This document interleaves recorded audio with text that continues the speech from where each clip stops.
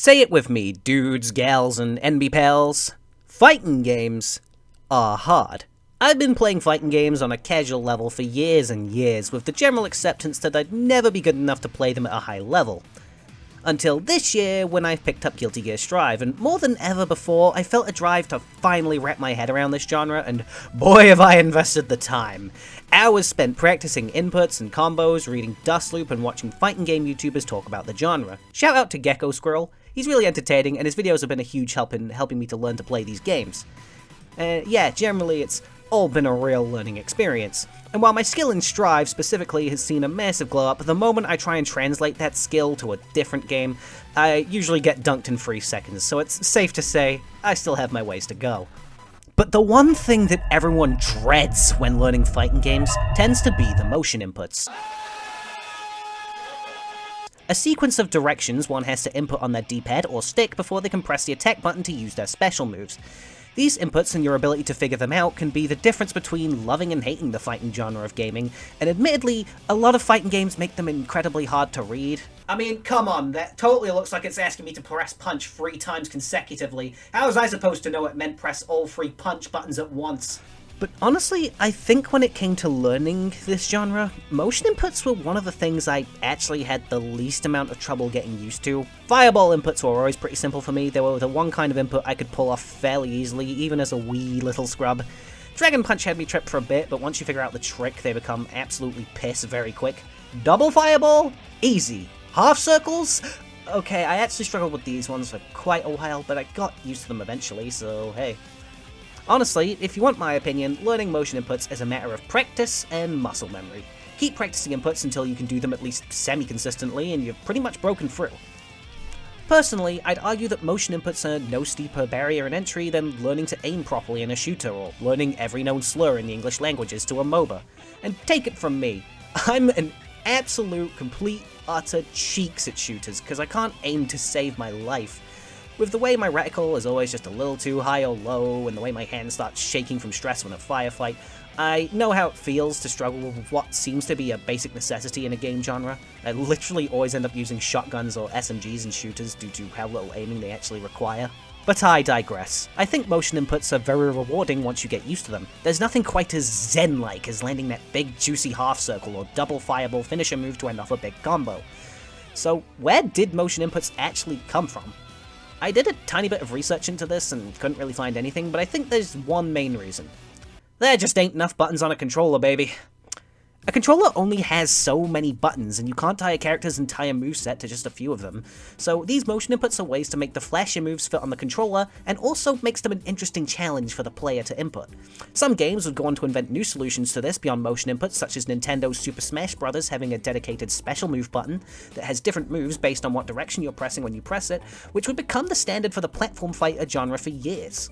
In recent years, we've even seen traditional fighting games such as Street Fighter 6 and Grand Blue Versus introduce a special move button setup as an optional control style if people can't jive with the motion inputs, but we'll get back to that point later.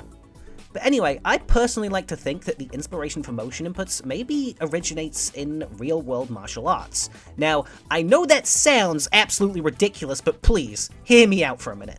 In any martial art, when you go to punch someone, you aren't just wildly throwing your fist out. There are certain movements you have to make with your arm and body to get the full body weight behind that punch to make it as effective as possible.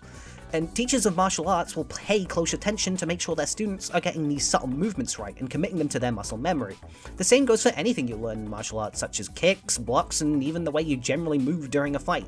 Certain subtle body movements can be the difference between someone who's good at a technique and someone who's mastered it. Subtle movements being very important. Doesn't it kinda remind you of our old friend the motion input? Now, I'm not gonna go much further with this metaphor because A, you're here to listen to me ramble about fighting games, not give you a karate lesson, and B, while I do have some karate experience, fun fact for you by the way, I certainly ain't no Mr. Miyagi. So one thing that trips a lot of people with inputs is figuring out what the game actually wants them to do. This is mainly a problem with inputs such as dragon punches, charge inputs, and inputs that require the up button like 360s and Tiger Knees, specifically ones that aren't air-OK, meaning that they can't be used while airborne. This is why fighting game players have made their own little code called numpad notation. Numpad notation is where you assign numbers to directions. For instance, a forward half circle input will be written as 4, 1, 2, 3, 6. And I know that sounds confusing, but bear with me for a second. Think of a number pad on a keyboard or a calculator. Think about where all the numbers are in relation to each other. For instance, look at how the 2 is at the bottom middle. Think about this in relation to a D-pad. The 2 could almost be seen as the down button, and by relation, 1 and 3 are down back and down forward respectively. 4 in this metaphor is like the left button, 8 is up, and 5 is just not pressing the D-pad at all, and you can probably fill out the blanks from there. This means that 4, 1, 2, 3, 6 translates as backwards, down, down forward, forward, creating a half-circle motion. With this explanation, I feel like for people who don't understand numpad notation, you either A, should completely get it now, or B, are even more confused. And for those in Camp B, the website Dustloop has an explanation for it that's a bit more detailed, and you can read it at your own pace, so feel free to do your own research if you wish.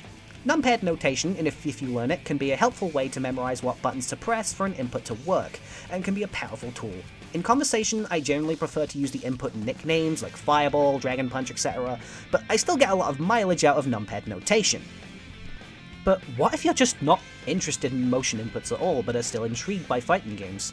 Then there are still a few options for you to look into. It's time to talk about modern controls, or simple inputs. As I mentioned earlier, simple inputs, or modern controls, is a control scheme some fighting games give the option to use, where you have a dedicated special move button that gives you different specials depending on what direction you're pressing alongside the button. For instance, forward in the special button may be tied to a Dragon Punch input, or back in the special button may be tied to a reverse Fireball input. The game that's most famous for this is Street Fighter 6, but another game called Grand Blue Fantasy Versus actually had this feature first. Fun fact. Grand Blue Fantasy Versus recently got a sequel/enhanced re-release, I actually don't know which it's meant to be, called Grand Blue Fantasy Versus Rising. And both of those and the servers for Street Fighter 6 are very much alive and well, so it's a good place to get started if you're looking to get into fighting games but struggle with motion inputs. Now, this may seem like a big hallelujah moment for those without the necessary dexterity to input motion inputs, but they usually come with some drawbacks compared to doing it just the old-fashioned way. In Street Fighter 6, you only have so many moves in your list tied to the special button, meaning you can't use every move your character has while in modern control mode. And in Grand Blue, using the simplified version of the move has less damage output than the traditional version.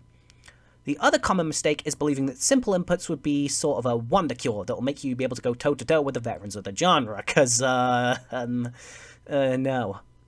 Even if you don't have to learn motion inputs, you still have to learn neutral game, offense, defense, combos, mix-ups, matchups, okizeme, mental game, smell of the game, and much, much more.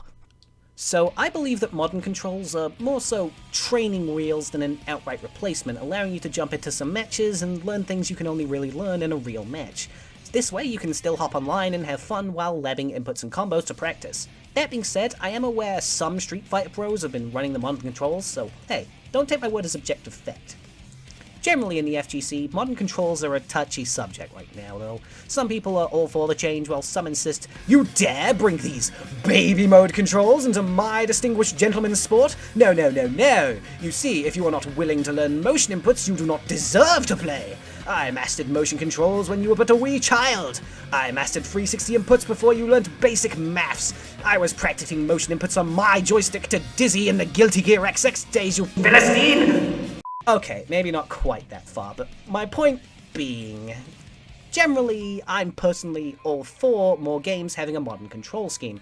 Due to the niche factor of fighting games, they don't tend to last long, so giving new players an option to help them adjust is actually a brilliant idea. It allows these games to have a decent chance to stay standing for longer, but I'd never want this control style to outright replace the classic motion input. I think motion inputs still very much have a place in the fighting game genre, and add a certain level of spice to a good combo when you successfully pull off that input that you need to complete it. They also teach you to keep your cool, because if you panic, you may begin misinputting your moves. I've learned to love motion inputs during my time as a fighting game player, but I respect the need for these games to sell well, and therefore they need to allow an easier barrier to entry. Some games like Street Fighter 6 and Grand Blue Versus give the player an easy input mode. Some games like Guilty Gear Strive choose to keep other parts of the game simple with shorter, easier to learn combos and more defense options, so you've got less to juggle alongside learning the inputs. And some games like BlazBlue throw a triple 360 input you and say, "Good fucking luck, buddy!" So yeah, that's about everything I wanted to say on the matter, so yeah, I'll see you whenever I next decide to crawl out of my cave, whenever that is.